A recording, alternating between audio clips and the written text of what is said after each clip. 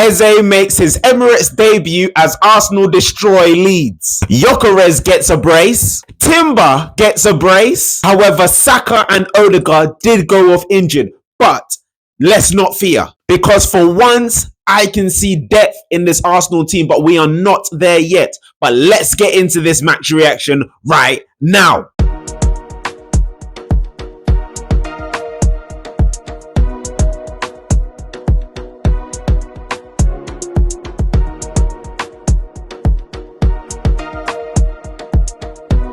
Yes, people, then welcome back to RASenal TV. I am your host, Dini, and Arsenal have battered Leeds 5-0 today. Arsenal 5, Leeds 0 at the Emirates Stadium as Arsenal returned to the Emirates Stadium for the first home game of the season. And as I said in the preview, if you are subscribed to the channel, you would have already known what I said in my preview. So make sure you are subscribed. If you are new, make sure you smash the like button and make sure you comment down below your thoughts on this thrashing of Leeds United. But as I said in my preview, the home form at the Emirates this season must improve, because it was poor last season for a team that's meant to be challenging for the titles.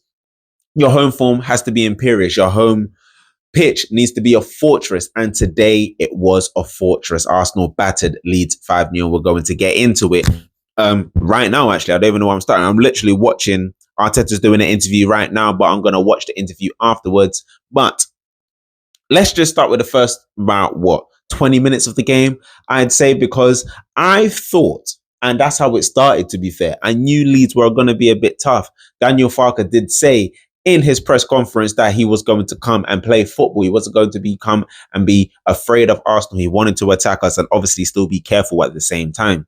And for the first 20 minutes, Leeds were doing that. Arsenal didn't have a shot on target necessarily. Leeds were the first team to have a shot on target, and David Raya had to make a point blank save from a corner, and then Leeds had their first shot on target. But then after that, Arsenal just went into another gear, basically. Was it another gear? Was it set piece FC? That's how Arsenal got the first goal, and it was a beautiful corner from Bukayo Saka onto the head of Yuri and Timber, and it takes us 1-0 up, and it's actually a brilliant header into the other corner. Keeper has no hope of saving it at all, and then the floodgates basically open from there.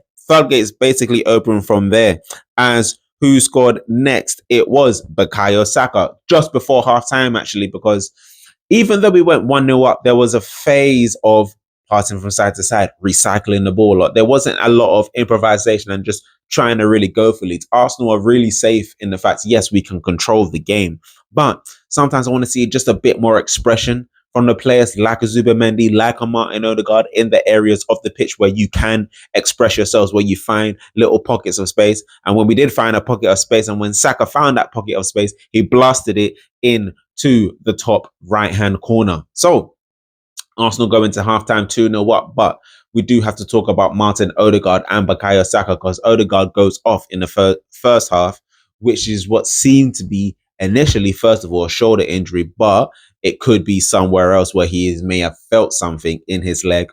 We are not sure. But with Bukayo Saka, he was breaking away in the beginning of the second half, and around 53 minutes he pulls up and he was holding his hamstring towards the end of the game. I'm not sure if it's the same hamstring that he injured or it's the other hamstring, but it looks like it's a hamstring injury, and Bukayo Saka could be out for a few weeks. It looks like he could easily be out of the Liverpool game. I don't expect to see Saka before the international break. So that's going to be an interesting selection for next week against Liverpool, but it's about today. And after halftime, Victor Gyökeres gets his first goal for the Arsenal. There is a breakaway down the left-hand side, and Gyökeres uses his strength, gets the ball into the box and shoots it down to the keeper's left. Keeper can't get there, and he brings out the iconic celebration. It's going to become iconic. Now, you see this thing right here? You see this? You see this right here? It's going to be a mad thing. And then we go 3-0 up. And then after that, it's pretty much comfortable after that, because then after that, a few minutes later, Yuri Timber gets another goal from an Arsenal corner. This time the delivery is from Declan Rice, I think.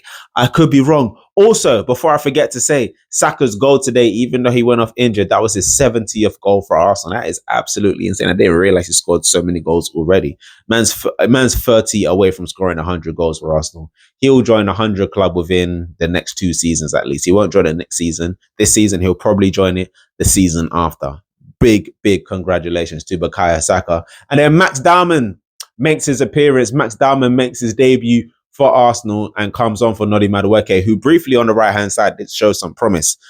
The fact that Saka is going to be injured, Madueke going onto that right-hand side, seeing it briefly, even though it was very brief signs, and that's the side he's most comfortable with, that's where he looked most comfortable in the game. He did have a decent game on the left-hand side as well, but the right-hand side is where he is predominantly best played. And with Saka being out, he's probably going to get a lot more minutes there as well. But then Max Darman comes on and he actually gets the penalty, which allowed Gyökeres to get his brace on the 83rd minute, and Arsenal win 5-0 at the Emirates. Now, it wasn't as free-flowing as I thought it would be. I want Arsenal to play the 1-2s, the scintillating, the beautiful football, and it wasn't that. But we won the game quite easily. We had 18 shots, 5 shots on target. We scored 5 goals. Clinical. Our XG was 2.82 or something like that.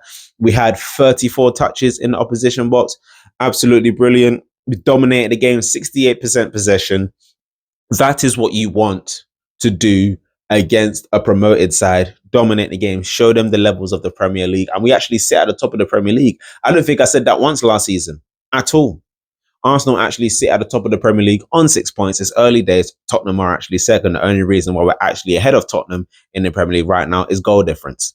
We've scored more goals than them. That's it. But they conceded no goals as well. Interesting. And the fact that they beat Tottenham. Why do Tottenham always have Man City's number? What is this? Why is it the smaller teams like Tottenham, Crystal Palace always have Man City's number, but we always struggle against them? Obviously, in the last couple of seasons, our record against Big 6 teams, or Big 5 plus Tottenham, has actually been brilliant, and we're actually very much unbeaten. And I think it's in 22 games, but every time Tottenham face Man City, they always have hope. Doesn't make sense. But anyway, bun Tottenham anyway. So brilliant performance by Arsenal. But as I said, concerns around Saka and Odegaard being injured, but Madueke comes in. Nwaneri comes in. He's going to be brilliant. The more minutes he gets on the pitch, the better he's going to get, and he's going to be a brilliant replacement for Odegaard. But let's not forget, Eze's coming in as well. And Eze was announced at the start of the game, and the announcement was beautiful, as I said, in the RASenal Transfer Center. If you haven't seen that, go check that out. Make sure you subscribe to RASenal TV as well. But Eze was announced before the game. Brilliant. It was what you'd want. I think it gave a lot of energy to the players and to the fans as well.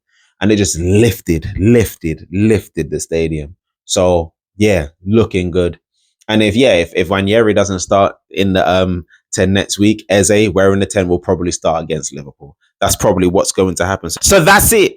Arsenal batter Leeds 5-0 and it's on to Anfield next week. But make sure you stay locked in to the RASenal Transfer Center. I always say Ras. That's the only show I've been doing. The RASenal Transfer Center has just been ingrained in my mind all summer. Make sure you stay subscribed to RASenal TV because it's going to be a very, very busy week.